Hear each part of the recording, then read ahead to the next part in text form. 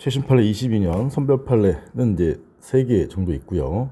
A급은 1개 정도인데, 이제 첫 번째 판례는 이 재산세 부과 처분에 대한 취소 소송을 한 거죠. A급인데 하자승계 관련된 것이에요. 요 양가로 이를 보면 재산세 등 부과 처분의 취소를 구한 소송에서, 재산세 부과 처분이 이제 후행 행위인데 선행 행위인 표준주지 공시지가 결정의 위법성을 다투는 것은, 즉 하자승계를 주장하는 것은 가로한 제가 써놓은 거죠. 별개의 법률 효과를 목적으로 함으로 하자승계는 허용되지 않는다, 이런 내용이고요. 이 판례는 그동안에는 개별 공시지가 선행 행위이고 후행 처분이 세금 부과 처분, 하자승계 되느냐, 이런 게 잘 나왔었는데, 요건 이제 선행 처분이 표준지 공시가, 후행 처분이 세금 부과 처분, 이럴 때 판례라는 점에서 좀 특이한 것이죠. 별개 법률 효과, 하자승계 안 된다. 그다음에 이제 두 번째 판례는 손실보상금과 관련해서 B급 판례인데, 공토법 70조 5항에서 정한 공익사업의 계획 시행의 공고 고시의 방법이 뭐냐. 일단 요 공고 고시가 법령에 정한 바에 따라 이루어져야만 공고 고시가 보상금 산정의 기준이 되는 공시가 기준 1이 해당 공고 고시일 전의 시점으로 앞당겨지는 효과가 발생한다. 여기 이제 요 공고 고시 효과이고요. 어떤 방법으로 해야 되느냐, 이제 요게 다음 단락의 내용이죠. 공익사업 근거법, 공토법에서 그런 공고 고시 방법을 정하지 않고 있으니까 행정 효율과 협업에 관한 촉진에 관한 규정이 정될 수 있다. 이 규정에서 보면 일반에게 알리는 문서로 공고 문서를 정하고 있다, 이렇게 하면 된다. 다만 당해 공익사업 시행으로 인한 개발 이익을 배제하려는 공토법의 입법 취지에 비추어서 요 규정에 따라 기한 결제 공표가 이루어지지 않았다 하더라도 계획 시행에 관한 내용을 공고 문서에 준하는 정도의 형식을 갖추어 일반인에게 알린 경우에는 공고 고시에 해당한다고 볼 수 있다. 그래서 준하는 정도, 이유는 뭐냐, 개발이익 배제 요 네 줄이 중요한 것이죠. 세 번째 판례는 전환합의체 판례가 원래 중요한 건데, 요 판례 자체를 출제하기에는 좀 무리가 있어요. 그래서 제가 B급으로 뽑은 것인데, 공토법에 따른 토지 소유자 등의 사업 시행자에 대한 손실보상금 채권이 1억이 있다. 근데 을이 이제 토지 소유자이고 을한테 돈을 빌려준 병이 채권자다. 을이 채무자고 채권자. 그다음에 이제 갑이 사업 시행자다. 갑이. 을이 갑에게 손실보상금 청구권, 채권이 있는데, 이 채권에 대해서 제3채권자 병이 을의 채권을 압류했을 때, 그래서 압류 추심 명령이 있는 경우에 채무자인 토지 소유자 을 등이 보상금 증액 소송, 즉 보증소를 을 등이 제기하고, 그 소송의 원고 적격자인데 그 원고 적격을 상실한지 여부, 소급이다, 소급.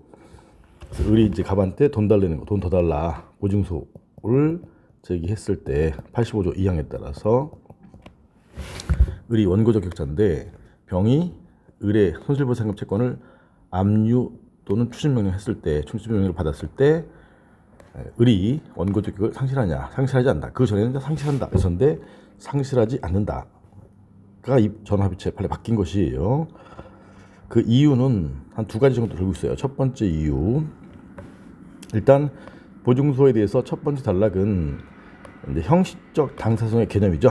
그래서 보증소는 당사자성의 형식을 취하고 있지만, 형식은 당사자성이지만 실질이 재결 처분 중 보상금 부분에 대한 불복, 해서 그 증액을 구하는 소임으로 실질적으로는 재결을 다투는 항소송이다. 이게 이제 형식적 당사자의 개념이잖아. 당사자성의 개념이고, 그다음 이제 이유 하나 두 번째 단락에서 설명하고 있는데, 이 제3자 병은 재결에 대해서 간접적 사실적 이견을 가질 뿐 재결을 다툴 법률상 이익이 있다고 할 수는 없다. 그러니 직접 또는 토지 소유자 등을 대신해서 보상금 증액 청구소를 제기할 수 없다. 그런 정도의 지위는 없다. 이 말이에요.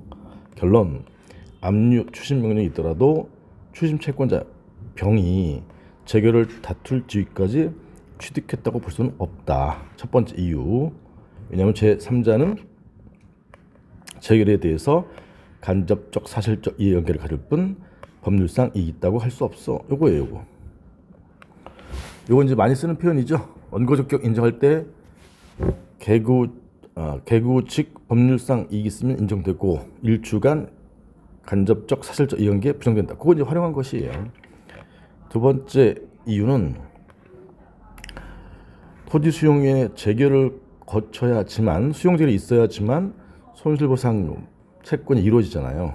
채권이 이루어지기 때문에 해당하기 때문에 손실보상 요건에 해당한다는 것만으로 바로 손실보상금 존부 범위가 확정된다고 볼 수는 없다. 즉 수용재결이 있어야 된다. 사조, 협재, 협의라든가 수용재결이 있어야 된다. 이런 내용이잖아요. 그래서 그 다음 내용은 이제 많이 알고 계시는 거잖아요. 손실보상을 받기 위해서는 토지 소유자 등이 수용재결 등의 절차를 거친 뒤에 불복을 해서 이제 받을 수가 있고, 이러한 절차를 거치지 않은 채 곧바로 사업시행자를 상대로 손실보상 청구가 성립되지 않는다. 이거 맨날 본 법리잖아요.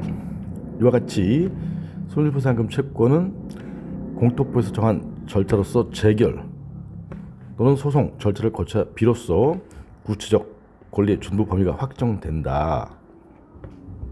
또한 아울러 공토법은 토지 소유자 등으로 하여금 손실보상금 채권 확정을 위한 절차를 진행하도록 정하고 있다. 따라서 결론, 사변형 고시 후 이런 절차, 수용재결 등의 절차를 거쳐 장래 확정될 손실보상금 채권에 대해서 채권자가 병이 압류 추심 명령을 받을 수는 있지만, 압류 추심 명령이 있다고 해서 채권자 병이 손실보상 채권의 확정을 위한 절차에 참여할 자격까지 취득한다고는 볼 수 없다. 이게 두 번째 논거예요.